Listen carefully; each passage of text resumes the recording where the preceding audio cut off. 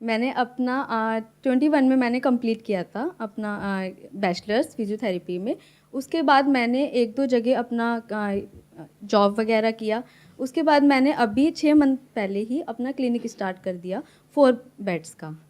But ऐसा होता है ना कि आप थोड़ा दूर से देखो चीज़ों को तो वो अलग दिखती हैं, जब आप एंटर कर जाते हो उस चीज़ में तो बिल्कुल चेंज हो जाता है। वही मेरे साथ हुआ, ठीक है। मैंने जब स्टार्ट करा था 6 मंथ पहले, तो मेरा ये माइंड मेकअप था कि मैं 6 मंथ के बाद एक और ब्रांच स्टार्ट करूँगी। बट अभी ऐसा है कि मतलब अभी मेरा यही नहीं चल रहा सही से। लाइक इतना है कि मैं रेंट भी पे नहीं कर पा रही। आपने कितनी इन्वेस्टमेंट करी थी इस क्लिनिक में? सर स्टार्टिंग में मैंने 2.5 लैक्स की। और अभी आप कह रहे हैं कि 4 बेड का क्लिनिक है, मतलब कि कोई और भी आपने किसी को रिक्रूट भी किया है? कोई फुल टाइम बेसिस पे आपके यहाँ जॉब भी करते हैं? सर जॉब नहीं करते हैं, बट वो लोग जो जस्ट कंप्लीट कर रहे हैं या फिर अपना चल रहे हैं, स्टडीज़ कर रहे हैं, वो लोग आके वहाँ पे पोस्टिंग्स वगैरह कर अच्छा, लेते इंटर्न्स हो गए एक तरीके से। Interns। और प्लस कुछ हेल्पर्स होंगे एक दो। हैं हेल्पर्स हैं। इसका रेंट कितना है महीने का? सर रेंट है 18,000। और आपकी कितनी सेल हो जाती है यहाँ से महीने की? 30-40 तक हो जाती है। 30-40 के हाँ आसपास मतलब महीने की सेल रेंट हो जाती है और तक। 30-40 ही खर्चा है। Yes sir. तो खर्चा ही मुश्किल से निकल पा रहा है अगर Yes, sir। ओवरऑल कैलकुलेट किया जाए।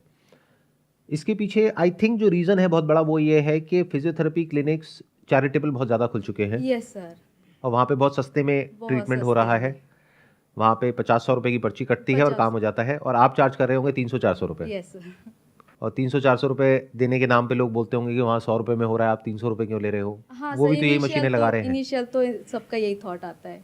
तो अब आपके माइंड में क्या है, इसको कैसे चलाओगे? क्या सर सोच रहे हो मेरा आप? मेरा माइंड में ये है कि मुझे मार्केटिंग में मुझे लगता है कि कुछ कमी है, कि मैं मार्केटिंग अच्छी नहीं कर रही, बट करूँ क्या? देखो, आपको क्या करना होगा, अपने आप को डिफरेंशिएट करना होगा बाकी सारे जितने भी चैरिटेबल जो क्लिनिक्स हैं उन सब से। अगर आप वो नहीं कर पाए तो ये बिजनेस चलना is next to impossible. Yes sir. अब आप ही बताइए मुझे कि आप में और उन सब क्लिनिक्स में क्या फ़र्क है? सर जो प्राइवेट क्लिनिक्स हैं उनकी कॉस्ट भी है। जैसे कि अगर मैं 300 चार्ज करती हूँ, तो कुछ कुछ क्लिनिक्स की 1000 तक है। बट उनका क्या है, कुछ तो पुराने हैं, कुछ की टेक्निक्स बहुत ज़्यादा एडवांस हैं, जैसे कि वहाँ फॉरेंस वगैरह से सीख कर आए हैं वो लोग, ठीक है, वो लोग उतना चार्ज करते हैं। क्या आपकी जो लोकेशन है इसकी क्लिनिक की वो ठीक है? सर लोकेशन जो है वो रेजिडेंशियल एरिया में है, मार्केट एरिया में नहीं है। बट रेजिडेंशियल में डेंसिटी ऑफ पॉपुलेशन बहुत ज़्यादा होनी चाहिए उस एरिया की, क्या वो है? हाँ यानी वहाँ सर। पे बहुत लोग रहते हैं या बहुत कम लोग रहते हैं? नहीं नहीं सर, करोल बाग में है तो वो काफ़ी अच्छा है, मतलब रेजिडेंशियल में। मतलब आसपास में कितने घर होंगे जिनको पता होगा कि आपका क्लिनिक यहाँ पर है? सर मोस्टली सभी को पता है। मेरा क्वेश्चन ये है कि कितने घर होंगे, जैसे मान लो जिस कॉलोनी में आपने खोला है अच्छा। उस कॉलोनी में 100 घर हैं, 200 घर हैं, 500 घर हैं, कितने घर होंगे? सर 150 अराउंड होंगे। ये जो 150 घर है इसमें से कितने ऑलरेडी आपके क्लाइंट हैं, यानी कि जो आपके पास में आ रहे हैं? 20। अगर कोई आपके पास में आता है, मान लो यहाँ पे किसी को बैक पेन है, नेक पेन है, वो आपके पास में आया, तो ऐसा क्या अलग है आपके क्लिनिक में, जो भी चैरिटेबल सर क्लिनिक्स हैं उनसे अलग क्या है? अमाउंट कम है और फैसिलिटी ज़्यादा है। अमाउंट कम कहाँ है? कितना चार्ज कर रहे हो आप? 300-400 चार्ज कर रहे अगर हो ना? मैं 300 करती हूँ और अगर किसी को नीड होती है तो वो 200 भी चला जाता है। देखो, नीड का प्रॉब्लम क्या है यहाँ पे कि कोई इंसान आएगा आपके पास में जिसकी गाड़ी होगी 20 लाख रुपए की और वो कहेगा कि मैं आपको 300 नहीं दे सकता, मैं तो 150 ही दूंगा। यहाँ पे लोगों को पता नहीं क्या मज़ा आता है सामने वाले के पैसे मार करके, या सामने वाले को कम पैसा दे करके उनको एक किक मिलती है। या उनको ऐसा लगता है कि पता नहीं मैंने क्या उखाड़ लिया है, यस जबकि ये घटिया हरकत है बिल्कुल कि भाई अगर आप अफोर्ड कर सकते हो आप भी पैसा नहीं दोगे तो जो बेचारे नहीं कर सकते वो तो दे ही नहीं सकते, तो बिजनेसेस चलेंगे कैसे? राइट, बट ये मेंटालिटी है मेंटालिटी जो धीरे धीरे चेंज होगी। तो आप ये कह रहे हो कि आपका जो प्राइस है वो नेगोशिएबल है, फिक्स नहीं है। नहीं। एक तो इसको चेंज करना पड़ेगा, you have to make it fixed. Okay. क्योंकि प्रॉब्लम क्या है कि जैसे मैं इमेजिन कर पा रहा हूँ कि आपका वो जो क्लिनिक है वहाँ पे 4 बेड है, आपने उनको कोई मशीन्स वगैरह लगाई तो वो आपस में बात कर रहे हैं। Right sir. जब बात करेंगे तो आपस में पूछेंगे भाई तेरे से कितने पैसे लिए? मेरे से लिए 300 रुपये, वो बोलेगा मेरे से लिए 150 रुपये, तो कहेगा ये तो बेवकूफ़ बना रहे हैं। तो ये गलत है। सबसे पहले तो इसको चेंज करो, इसको फिक्स प्राइस कर दो, ओके। कोई नेगोशिएशन नहीं है। क्या होगा, 2-4 क्लाइंट चले जाएंगे, जाने दो, बट उन 2-4 के जाने की वजह से जो इम्पैक्ट होगा आपकी रेवेन्यू पे वो ज़्यादा नहीं होगा, क्योंकि 150 रुपये से बढ़ करके आप 300 पे या 400 पे पहुंच जाओगे। दूसरा आपको क्या करना होगा, you have to think about making money in some other ways also. I think कि आपके पास में जो पेशेंट्स आते होंगे उसमें से मैक्सिमम पेशेंट्स बैक पेन वाले होंगे। बैक पेन, नी पेन और सर्वाइकल और नेक पेन। देखो नी पेन तीनों। वाले एक पर्टिकुलर एज के आते होंगे, हाँ, बैक पेन वाले सभी आ रहे होंगे, मोस्टली हाँ। और नेक पेन जो नेक है पेन भी सब वो भी आजकल सभी को हो रहा है। तो ये जो आप काम कर रहे हो इसकी डिमांड तो है, but you have to think in such a way कि आप कुछ अलग कर पाओ और सबसे। उसके क्या तरीके हैं? एक तो अपनी जो खुद की आपकी कम्युनिकेशन स्किल्स हैं, जो सेलिंग स्किल्स हैं, उसको बहुत शार्प करना होगा।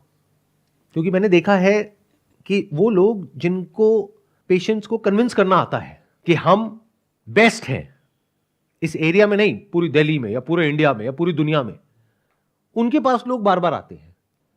आपने एक तो बैचलर्स किया हुआ है, मास्टर्स नहीं किया हुआ, तो साथ में भी मेरा चल रहा है मास्टर्स अभी चल रहा है, इसके साथ में कुछ सर्टिफिकेशंस ले सकते हो।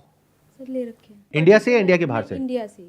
इंडिया के बाहर से ले लो, ऑनलाइन आजकल मिल जाती है सर्टिफिकेशंस। मान लो एक छोटा सा सर्टिफिकेट कोर्स है 1 महीने का, यूएस से, एक यूके से, तो आप दिखा सकते हो कि मैंने यूएस से, यूके से पढ़ाई करी है। कहाँ से करी है? ऑनलाइन करी है, बट वो बताने की जरूरत नहीं है कि मैंने ऑनलाइन करी है। वो पूछते हैं, वो सर्टिफिकेट देख लेते हैं, राइट, वो आप सर्टिफिकेट लगा दोगे और अपने नाम के आगे बड़ा बड़ा लगा दोगे कि यहां से यहां से यहां से ये किया हुआ है। आपको क्या करना होगा, जब कोई उस क्लिनिक में आता है तो एक एलईडी स्क्रीन लगाओ, वहां पर आपकी फोटोग्राफ्स, आपके सर्टिफिकेट्स और जो भी आपने अचीव किया है, अपना बेसिक सा शूट करवा सकते हो, जहां पे आप ट्रीट कर रहे हो पेशेंट्स को अलग अलग तरीकों से। वो मोबाइल से हो जाता है आज की डेट में। वो ऑटो प्ले पे चलता रहेगा और उसके साथ में कोई अच्छा सा म्यूजिक।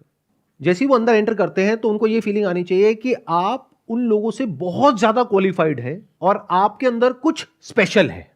और आप क्या कर सकते हैं, अगेन 2 तरह के रेट्स रख सकते हैं कि अगर आपको मेरे से ट्रीटमेंट करवाना है तो ये चार्जेस हैं, यानी 500 रुपए। अगर मेरे जो असिस्टेंट्स हैं, जो इंटर्न्स हैं, उनसे करवाना है तो 300 रुपए। इससे क्या होगा कि उनके माइंड में एक अलग ही इमेज बन जाएगी आपकी। देखो क्या होता है लाइफ में ना, ये बहुत छोटी छोटी चीजें होती हैं बट समझनी बहुत जरूरी होती है। जब कुछ चीजें हमको नहीं मिलती है ना तो उसकी इंपॉर्टेंस बढ़ जाती है। जैसे कहीं ऑनलाइन किसी मार्केट प्लेस पे सेल होती है तो हमें पता होता है कि ये स्टॉक 5 मिनट में खत्म हो जाएगा, तो सब लोग पागल हुए पड़े होते हैं।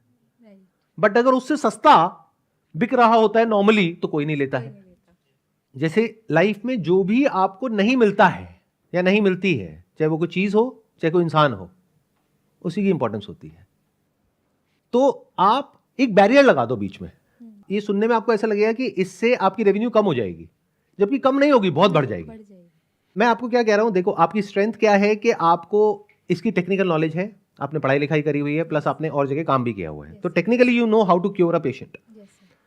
तो अब आप क्या क्या कर सकते हैं, आइडियाज क्या है। एक तो अपनी ऐसी इमेज क्रिएट करिए which is larger than life, क्योंकि बड़ी स्क्रीन पे जब वो आपको देखेंगे तो ऑटोमेटिकली सबकॉन्शियसली उनको एक सेलिब्रिटी वाली फीलिंग आएगी।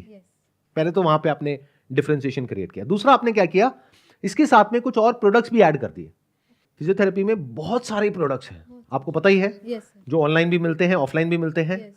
लेकिन जो ऑनलाइन मिलते हैं, क्योंकि ऑनलाइन में कमीशन होता है प्लेटफॉर्म का, रिटर्न रेट होता है, उनका खुद का मार्जिन होता है, तो जो ऑनलाइन प्रोडक्ट मिल रहा है मान लो 5,000 रुपए का, वो एक्चुअल में अगर आप चाहो डायरेक्टली उस मैन्युफैक्चरर से कॉन्टैक्ट करो तो आपको मिल जाएगा 500-700 रुपए का।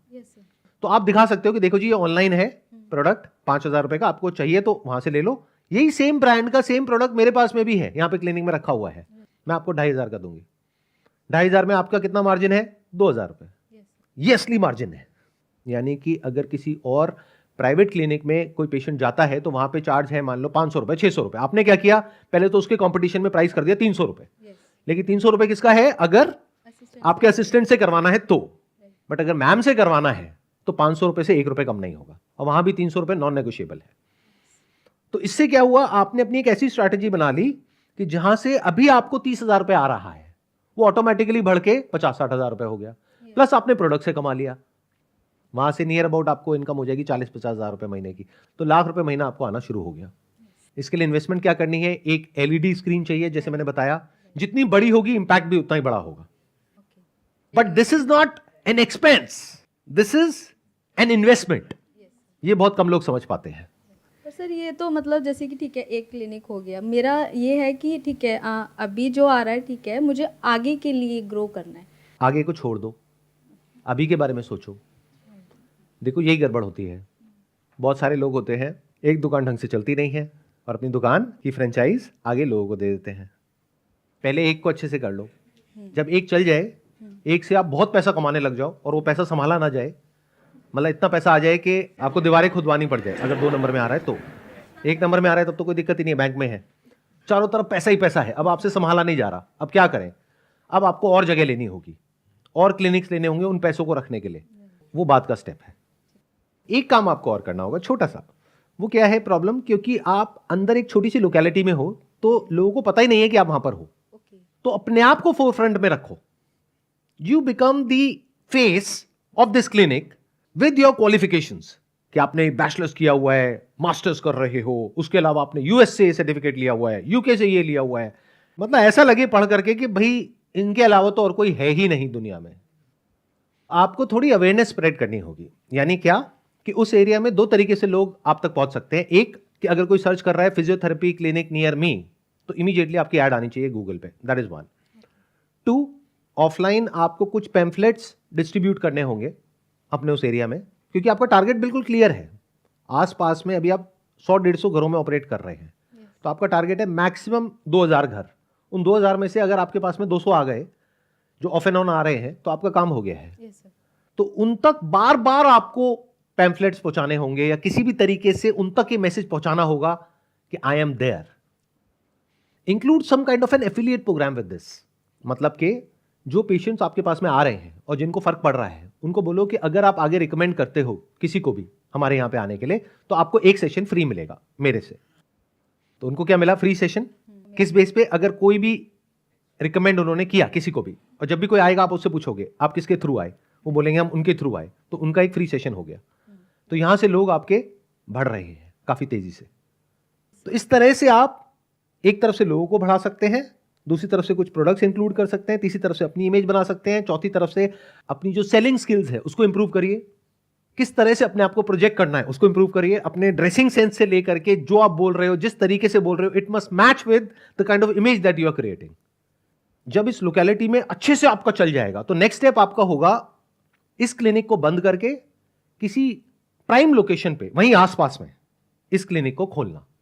दूसरा क्लिनिक कहीं और दूर जाकर के नहीं, क्योंकि वहां जीरो से आपको मेहनत करनी पड़ेगी। पहले इस छोटे क्लिनिक को बंद करके, जो कि अंदर लोकेलिटी में है, इसको कहीं बाहर मेन रोड पे खोलना, इस क्लिनिक को, जो कंपैरेटिवली इससे थोड़ा सा बड़ा हो, क्योंकि वहां पे यही कस्टमर्स वहां पे शिफ्ट हो जाएंगे। फिर जब वो चल जाए, तब नेक्स्ट स्टेप आएगा कि कहीं और किसी लोकेशन में जाकर के खोलना। अभी और लोकेशंस के बारे में, और जगह क्लिनिक्स के बारे में छोड़ दो, चेन के बारे में छोड़ दो। चेन अपने आप बन जाएगी जब एक क्लिनिक अच्छा चलने लग जाएगा।